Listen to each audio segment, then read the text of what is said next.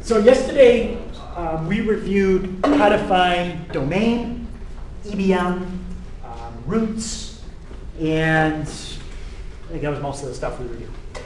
So we're going to use some of that today to figure out how to find asymptotes. A few different kinds of asymptotes we're going to look at. Okay, we're going to start with horizontals, then we're going to do some verticals, and then we're going to do some slant asymptotes. And then an asymptote that's not a slant by finding the EBA. Okay, so all stuff with asymptotes today. Okay, so how do you find the horizontal asymptote? Okay. So to find the horizontal asymptote, first you find the EBM. Horizontal asymptote is what again? The horizontal, it's something that as you head to the left and the right, your graph gets close to but never reaches. Kind of like this. If this was my graph, that dotted line is a horizontal asymptote because my graph is getting close to it, but it's never reaching it. Okay. So to find the horizontal asymptote, first find EBM. That's the first thing. Yeah. What are we doing tomorrow for this? The third review. I'm not sure whatever the topic is. I think it's solving equations.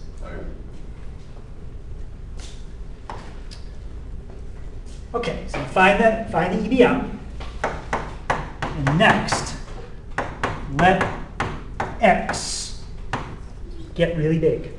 Okay? If there's an x in the EBM, let it get really big, and tell me what happens to the EBM. So let x approach infinity, and determine what that does to the EBM.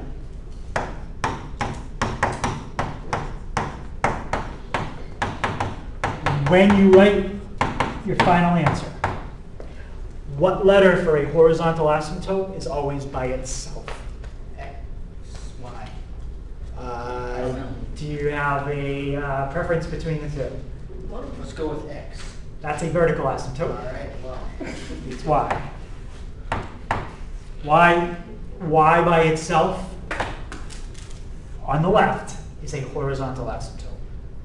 What's going to go on the right? Well, that's what you have to figure out up above. Okay, so let's find the horizontal asymptote. What do I have to find first here? The EBM. First, find the EBM. Okay. What is the highest degree term in the top? X squared. 3x squared. 3x squared. So when you describe that term, you're going to describe everything that goes with it, the coefficient, the letter, and the exponent. What's the highest degree term in the bottom? 4x squared. 4x squared. If I simplify that, what am I left with? 3/4. I'm left with 3/4. Okay, that's not my horizontal asymptote because if it was, it would say y equals, and that doesn't have a y equals. That's my EBM. Now, it says next, look at that box, find the x in that box, and let the x get bigger and bigger. Where's the X? Where's the x? Is there an x in that box? Oh, No. So then in this case, as x gets bigger and bigger, it has no effect on this box at all because it's not even there. So what does that mean is going to happen to this number? It's going to stay exactly the same. And that's what you put right here. Y equals 3/4 is your horizontal asymptote. What's 3/4 as a decimal? 0.75. Yeah, it's 0.75. So what that means is if we draw this, which we'll do, and we start heading further and further to the right, like on that graph, it should get very close to 0.75. Okay, let's check and see if we did it right. All right, so in parentheses, put 3x squared plus 2 divided by 4x squared minus x plus 1. Okay, so let's go to our table. If there are values already in it, you can get rid of them. We don't need them. And let's type in 2. What do you think? Is that close to 0.75, 0.93? Yeah. So you typed in 3x squared plus 2 divided by 4x squared in our section? Okay, so is that, let me ask it this way, is that extremely close? No, because I'm not at the end yet. 2 is like right near the origin. That's not far away. Okay, let's go out to like 10. All right, I'm getting further away from it. And did I get closer to 0.75? Yes. Yeah, so let's go all the way to like 50. Okay, I got a little bit closer, 0.753. Let's go to 500. How close am I to 3/4 now? Very close. Very close, right? 0.75038. If I go out to like 9,000, now I'm even closer, 0.75002. But no matter how far over you go, you'll never reach 0.75. You'll just get extremely close to it. Because we're getting close to it and not reaching it, that's why it's called an asymptote. Okay? Now that's going to the right. We should also be able to head to the left. What kind of numbers do we get on the x-axis as we head left? Negatives. So let's try -1. 0.83. Is that extremely close to 0.75? What do you think? No, I haven't gone far enough away yet. It's the end behavior. You go all the way out. Let's try -15. All right, so on that case, 0.74 if you round it. Getting closer. All right, that's even a little bit closer, 0.7496. Right, let's do like -9,000. 0.74998. I'm getting very close, but I'm not going to reach it. Eventually, will it say 0.75 on the calculator? Yes. It will, because the calculator runs out of decimals. Right? So if I did like -90, like a really big negative number, well, it says 0.75 in the table, but even if I highlight it, it still says 0.74. Even here, it's going to run out of decimals eventually too. So that's how you check your horizontal asymptote. You can use the table and see what you get close to as x gets bigger and bigger in both directions. Okay. Any question on that one? Okay, let's try another horizontal. Last time, what do you notice about the degree in the top and the degree in the bottom? They were the same. What's the degree in the top this time? 1. What's the degree in the bottom? They're different. Okay. It's still the same process. What is the highest degree term in the top? X. What's the highest degree term in the bottom? 2x. 2x cubed. What do the top and the bottom have in common? 1x. 1x. So you can cross it out. Would it be 1 over 2x squared? Right, when you have nothing left, you got to put something there. So we were left with a 1 in the top and 2x squared in the bottom. Okay. Is that your horizontal asymptote? No, that's your EBM. I know it's not the horizontal asymptote because it's not written with what? Y. It's not written with the y equals. So now, we're going to do what we tried to do last time, but we didn't have an x in the box. This time we do. Let x get bigger and bigger, and tell me what's going to happen to the EBM. As x gets bigger and bigger, right? Like let's say x was 10. What's 10 to the second power? 100. What's 100 times 2? 200. 200. If x is 10, I end up with 1 over 200. That's getting pretty close to what number? It's getting very close to 0. Anytime you're left with an x in the bottom, this is going to get bigger and bigger. If x was 1,000 and we square it, we get a huge number times 2. It's even bigger in the bottom. And then 1 divided by a huge number is a small number. So this is getting very close to 0. And that's your horizontal asymptote.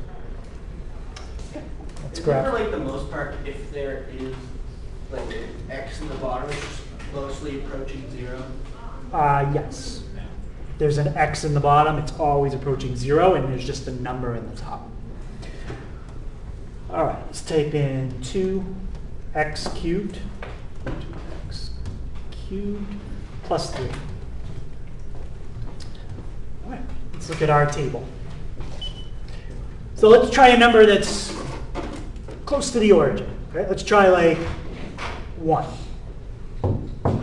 If I type in 1, I get negative 0.8. Is that extremely close to 0? No. No, let's go further away. How about 10? Is that close to 0? Yeah, that's definitely getting closer. That's 0.0025. Let's type in 50. Okay, in scientific notation, that's 0.0001. How close is that to 0? That's very close. So we are getting closer and closer to 0, but we never reach it. Yep. We can also check in the negative direction. At negative 20, we're at 0.001. Let's go a little further. Negative 40, that's 0.0003. That's how you read that. How close is that to 0? Very. Very. Okay? So y equals 0 is your horizontal asymptote. Okay. So any question on how to find horizontal asymptotes? Okay. So let's look at vertical. Okay. So for vertical asymptotes, we have to figure out what makes the denominator 0. When else did we do that? Something we talked about yesterday. We had to find what made the denominator 0 to figure out the domain, exactly. So we're doing the exact same thing, okay? Except now we're going to write our answer as an asymptote. We're not writing the domain. Okay, so determine what makes the bottom 0.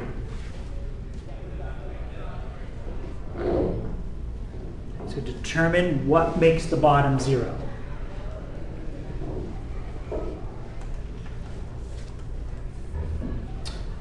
I'm going to just add one thing to that. So determine what makes the bottom 0, and it cannot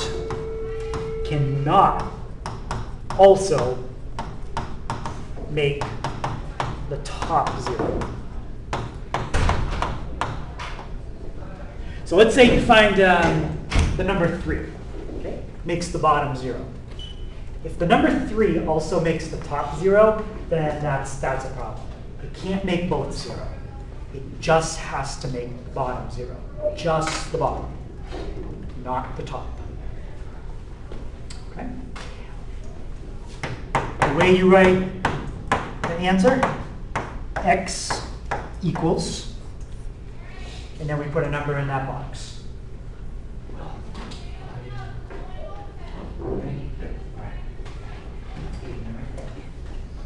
I'm all right too, Mr. What's that? I said I'm all right. Okay, you okay? Yeah. You looked okay. Okay. You look like you're I doing didn't all want to right. feel excluded. So we got to determine what makes the bottom 0. Okay. What's the bottom of that fraction? 3. X plus 3. X plus 3. So -3 would make it 0? So set the bottom equal to 0. And now how do you solve that? Subtract 3. Add the, or yeah, subtract 0 from 2. Subtract 3 Yeah. from both sides. And what do we get for an answer? -3. And how would you write that? X equals negative 3. x equals -3. Now, you just have to make sure that when you plug that number in, it doesn't make the top 0. Okay, let's check it. What's 2 times -3? Negative 6. And what's -6 plus 5? -1. Then that's fine. Yep. Perfect. All right, let's graph that and let's see what a vertical asymptote looks like. So we've got 2x plus 5. And we're going to divide by x plus 3. Let's do zoom 6. Remember, you can't use -3. So look at what happens in the graph when you get close to -3. What did we just find? We found the vertical asymptote. Found the vertical asymptote. A vertical asymptote is a vertical line you get very close to, but you never reach. Okay, this is just going to keep going like this. And it's going to get closer and closer to that dotted line, but never reach it. Okay, and the same thing going down. Just gets closer and closer. So is vertical asymptote just written as x equals whatever number it is? Vertical asymptote is always written as x equals, and then you have to find the number. And horizontal is always y equals? Yes. Yep. Now, the bottom here, what was the degree on the bottom? Was a degree 1. How many vertical asymptotes did we have? 1. What's the degree on this one? 2. 2. We're gonna have 2. We have 2. Okay, so we have to find both. Now, what makes the bottom 0 here? It's a little harder because it's not degree 1. It's a degree 2. What can we do with something that's a degree 2 to make it look a little bit simpler? We can, yeah. Yeah, we can try to factor it. If you can, it's a good idea to factor the whole thing. Okay, the top and the bottom. Here, I didn't need to do any factoring because they were both degree 1. There's nothing to factor. These are both degree 2. Let's start by factoring the bottom. 2 and 4. What would be my first 2 things I put in each parenthesis? X minus X minus. And we definitely need a minus and a minus. And 2 numbers that multiply to give me 8 2 and and add to 4. 6. 2 and 4. Okay, now let's factor the top. Again, it's a good idea to just, if you need to factor, factor the whole thing. Would it be X minus X plus 2 and 2? Yep, so this one is a special case because it's a difference of 2 squares. X squared, and you could think of this as 2 squared. Whenever you have that, it's always x minus x plus. And what times what gives you 4? 2. Okay, so now we factored everything as much as we can. To find the vertical asymptotes, are we going to start by looking at the top or the bottom? You start with the bottom. You start with the bottom. Okay, we have to find what would make this 0 and what would make that 0. So 2 and 4. What would you plug in for x to make this first one 0? 2. 2. Plug in 2, And then 4 on the other side. and the other one is x equals 4. Wait, but the first one makes the top one equal. That one won't work. Right, we cannot also have that number make the top 0. So let's check that. Do either one of these numbers make the top 0? Yeah, 2 goes. 2. 2 does. So that is not a vertical asymptote then. So it's just 4. It's just X. Just 4. Yep. Let's graph that one and make sure that there is only one vertical asymptote.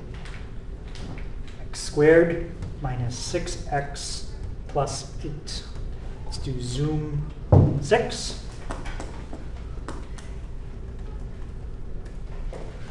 Okay. How many vertical asymptotes does it look like are in that picture? 1. Just one, right at 4, right there. There isn't one at 2. There's something at 2, because if you go to your table and you type in 2, it can't do it, but it's not a vertical asymptote. What would it be? This is called a pole. There's a hole in the graph there. So the way this should really look if you drew it is like that. But the calculator can't do that. Here's your vertical asymptote. And right there, there's a hole. So if I was drawing it on paper, I would draw it like this. I would show that there's a hole, and that's how you do it. Okay, but we weren't really focused on what the hole was. We just needed to find the vertical asymptote.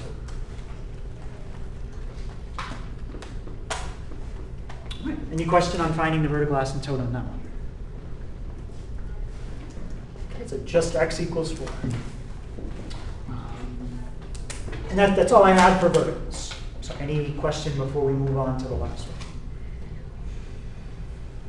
one? All right. So the last type of asymptote is the slant. Okay, so a slant asymptote, that'll happens when the degree in the top is 1 bigger than the bottom.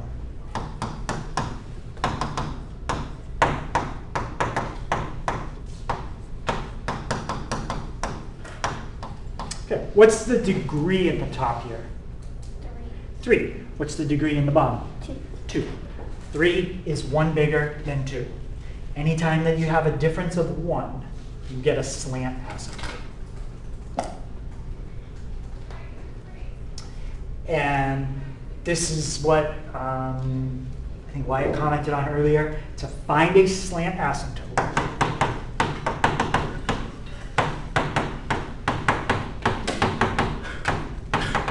You have to do the long division. you have to use long division. Okay, so to find the slant asymptote, use long division. Okay, when I set up my long division, what goes on the outside? X squared plus 1. X squared plus 1. And what goes on the inside? The top. The top. But when I write down the inside, I got to be careful. There's something I need to make sure I do. There's an x in each value. So like you have to do plus 2x squared and you have to add another. You have to add an x in there. Right, I have to add 0 x's because I need space for the x column, and I don't have it. So I'm going to put in 0 x's. Minus 6. Because we only have a difference of 1, we're only going to have to do the long division. I call it like a round, and we have to go through it. We're going to have to do 2 rounds of long division. Okay, let's start with the first one. Take the first term on the inside and divide by the first term on the outside. 3x. 3x cubed divided by x squared. 3x. Leaves you with 3x. Yep. Wait, is the slant asymptote going to be the remainder or the actual answer? It's the answer, it's the quotient. The remainder we don't care about. And when you have a slant asymptote, it's going to be y equals mx plus b. I can put that here. That's how you, That's what the answer's going to the slant asymptote is always y equals mx plus b. Yep. So I already know what my slope is going to be for my slant. It's 3x. Now I need to figure out the b, which is the y-intercept. Okay. What do I do with the 3x? X squared plus 1. So you say, what do we do with it? Take it and You put times it by. times it. Yep. So 3x times x squared. What's 3x times 1? 3x. 3x. Plus. Remember, when you multiply that back out, that's going in the x column. That's important. Right? Because 3x times x squared is 3x cubed. 3x times 1 is 3x. And where's that 3x? It goes in the x column because it's an x. And now what do we do with our columns? Subtract. Subtract. 3x cubed minus 3x cubed is gone. What's 2x squared minus nothing? 2x squared. So it's like we're just bringing it down. Would it be minus 3x? 0 minus 3x is minus 3x. Minus And then we have the minus 6. Yep, we can bring that down. Now, the last thing we have to do is take the first term on the inside and divide by the first term on the outside. What's 2x squared divided by x squared? 2. 2. And unless you want your remainder, you're done. Okay. Based on what I just wrote right there, what is the EBA?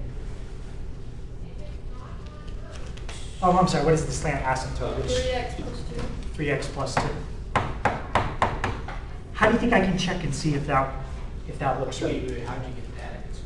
That's the top. Because that's what's right there. Yeah, duh. But how is that in mx plus b form? Because M is 3 and B is 2. Couldn't you go one more? Yeah, I'm down. Well, if you try to go one more step, there's nothing that comes after the constant. So you'd be getting your remainder. So yes, you could, but we're done. How could I check and see if this looks right? Would you graph Yeah. this equation and then graph the slant asymptote? Yep. Let's graph it and see if they get closer and closer. If they do, then we did it right. So 3x cubed plus 2x squared minus 6 divided by x squared plus 1. And what did we think the slant asymptote was? 3x plus 2? Let's do zoom 6. And hopefully we're going to notice the blue and the red one getting closer and closer together. If not, then something's wrong. I might have to zoom out a little more. Well, actually, I think you can kind of see it. What do you think? Does it look like the blue and the red are getting closer and closer? Yeah. Yes. Yeah. If I zoomed up a little higher, you'd see it better. But they are. Yep. Okay. So any question on finding a slant asymptote? Now, a slant asymptote is really just an EBA. That's all it is. I just got a little confused by the mx plus b form, but then I realized that that's already the form that comes out Yes. in. So a slant asymptote is just one type of EBA. So when I ask you to find the EBA, you are doing the same thing we did with the slant asymptote. But this won't be a slant. Because what's the degree in the top? 3. Degree in the top is a 3. What's the degree in the bottom? 1. 1. What's the difference? 2. That's a difference of 2. So the degree in the top is 2 bigger than the bottom. To be a slant, it would have to be 1. 1 bigger. Okay? So this is going to be 2 bigger, but we still do the same thing. Okay? So let's see if we can find the EBA. And I think that's the last example for the slant for the EBA. Okay, what's going to go on the inside? 2x cubed plus 0x squared. Well, we already have the x squared. Oh, plus 4x squared We've got plus those. 0x minus 3. Yeah. Okay, what's 2x cubed divided by x? Someone else give it a shot. X cubed divided by x is 2x 2x squared. squared. Oh, yeah. I was. Now, what do we do with the 2x squared? Divide it back into the Yeah. times it back. Times it back out, so you get 2x cubed. What's 2x squared times 1? 2x squared. 2x squared, put that in the squared column. And now what do we do with the columns? Subtract. We subtract. 2x cubed minus 2x cubed is gone. What's 4x squared minus 2x squared? 2x squared. 2x squared. And bring down 0. the 0x. That's just a placeholder, so we have space. Can we not bring down the minus 3? That's the next step. You only bring down one at a time. At least that's how I do it. I bring down just one at a time. Okay, so now what's 2x squared divided by x? 2x. Multiply that back out. What's 2x times x? 2x squared. What's 2x times 1? 2x. And what do we do with our columns? Subtract. 2x squared, take away 2x squared is gone. Negative 2x. 0x, take away 2x. Minus 3. And now I would bring down the minus 3. That's how I do it. Okay, once we do this, then we're done, because we're just finding the EDA, which is the quotient. We don't need to go any further and get the remainder. Yeah, I don't get, why wouldn't you put the x into negative 2x? Yeah, give it a circle. Why wouldn't you do what? Because you said we're done, but why wouldn't you? Well, once we have one more step, and then we can stop because we don't need the remainder. What's negative 2x Negative 2. divided by x? Negative 2. Negative 2. And that is my EDA. EDA is always written, hopefully I did y equals on the last problem. Mhm. Yes, I did. It's always written y equals. All right. I'm not going to graph that one, but if I did, I would see the graph, that the problem they gave me, and the EDA getting closer and closer. All right. Any question on finding the EDA? No. It's the quotient when you do long division. Okay, I can write that down if it's helpful.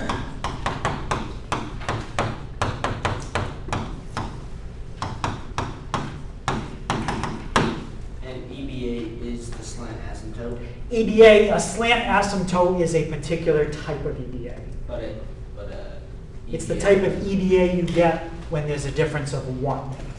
This is actually called a quadratic asymptote. Okay. It's the type of EDA you get when there's a difference of 2. If the difference was 3, we would call it a cubic asymptote. So a slant is an EDA. It's just a special type. So is there like a difference between them and doing them?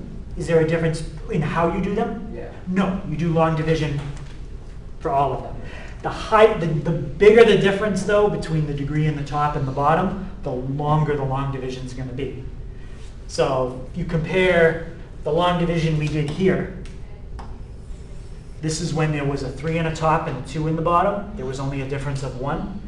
Compare that to when we had a 3 and a 1. We did more long division. That was a longer long division process. Yeah.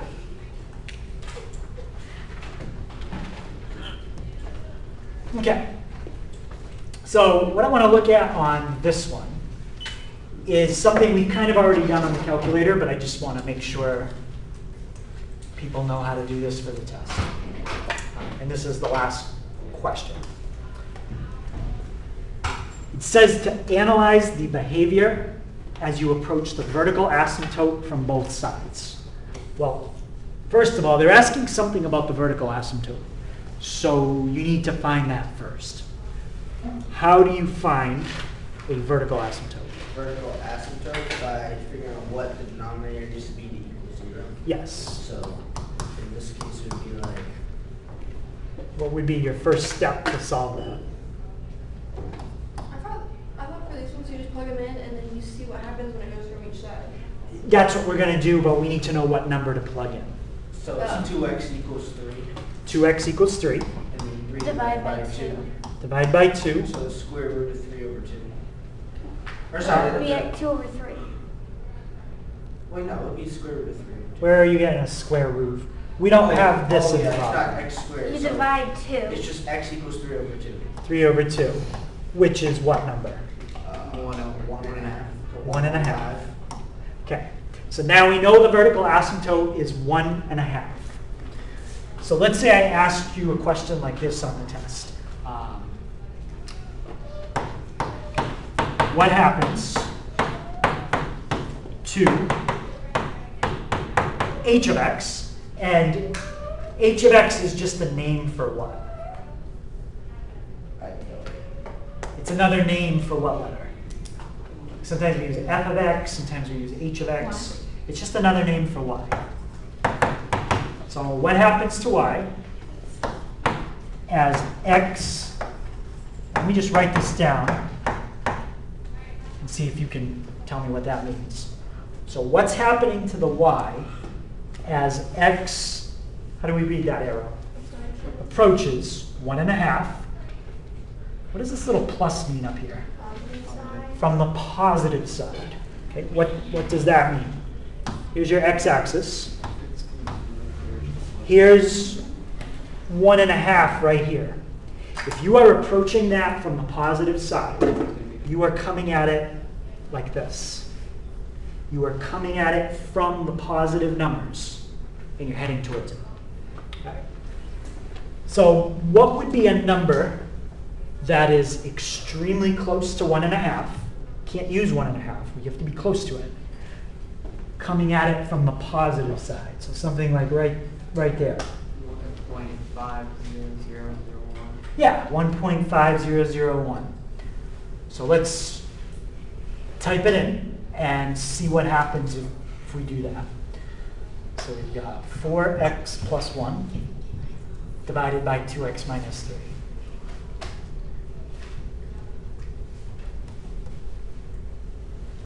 Okay, so we can graph it, but we don't, you know what, we don't even need to waste time. We just go to the table. You said 1.5001? Okay. I'm at 35,002. So what is happening to the y value as x gets very close to 1.5 from the positive side? It's going up. And it's going up to what? Infinity. It's going up to infinity. And the closer you get to 1.5, the higher it's going to go. Okay, so now that's like, what, 3.5 million? 35 million? It's very high. Okay? So what happens to y as x approaches 1.5 from the positive side? Y approaches infinity. That's the answer. Okay, now, similar question. What happens to, Would it be negative infinity? so in the last one, positive infinity, positive 35,000. No, I meant for the next one. Or is there only one? Depends what question I ask. Haven't written my question yet. So, but probably. So what happens to h of x as x approaches 1.5 from the negative side? Yeah, it would be negative. So the negative side means you're coming at it this way. You're starting in the negative zone, and you're heading towards that point. Okay. So what would be a number that's heading towards 1.5, but it's on the negative side of it, very close? 1.49999. Yep. So let's try like, you said 1.4999. We're at negative 35,000. So basically the y value is getting close to what? What is it? Negative. Negative infinity. Yep. So when I ask you what happens as you approach an asymptote from each side, that's what I'm looking for you to do. Use the calculator and check some values. Any question on that one? Okay. So two important things that will help you from the test. There's no question related to it that I'm going to do, but it is on the test. To have a problem with a horizontal asymptote, the degree in the top has to be less than or equal to the degree of the bottom. That is the only way you can get a horizontal asymptote. So how about something like this?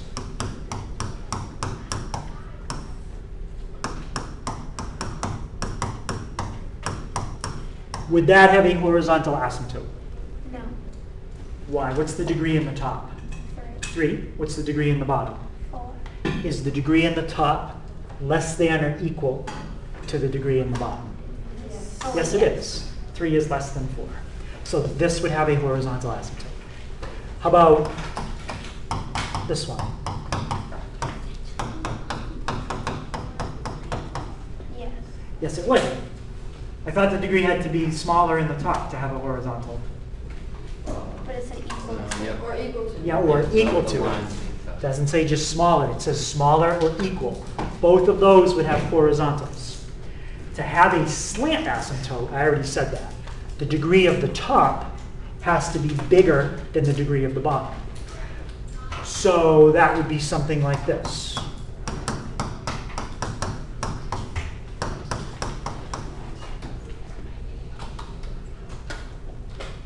The degree in the top is 3, degree in the bottom is a 2. That's a difference of 1. It has to be a difference of 1 to have a slant. So reading each of those sentences, what does that mean about having a horizontal and a slant in the same problem?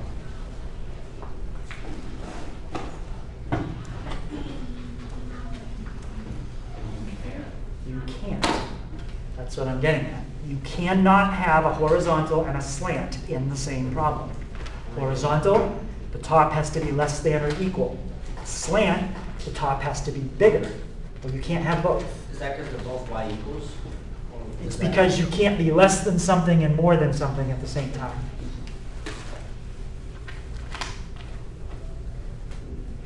This is factual. Correct. You can't be less than or equal to something and greater than something at the same time. So that's why you will never have a horizontal and a slant in the same problem. That's impossible. Yes? For the slant, does it have to be more than one, or like, could it be, like, does it have to be one more, or could it be more than one? No, it says to have a slant asymptote, the degree in the top has to be greater than the degree in the bottom by exactly 1. It has to be exactly 1. Yep. If it's bigger by 2, it's not a slant. That's different. We did one that was bigger by 2, We'll right? just say EBM. Right here. It was a quadratic EBA. But to be a slant, it has to be a linear EBA. Any question on that? Okay. All right, so the homework is if you go to the 4.2, 4.3 folder, it says detailed. It's review number 2. They're numbered 1, 2, Can 3. you print it Can you out print them out again? again? Yeah, I can Hey, print it print out. out number 1. Back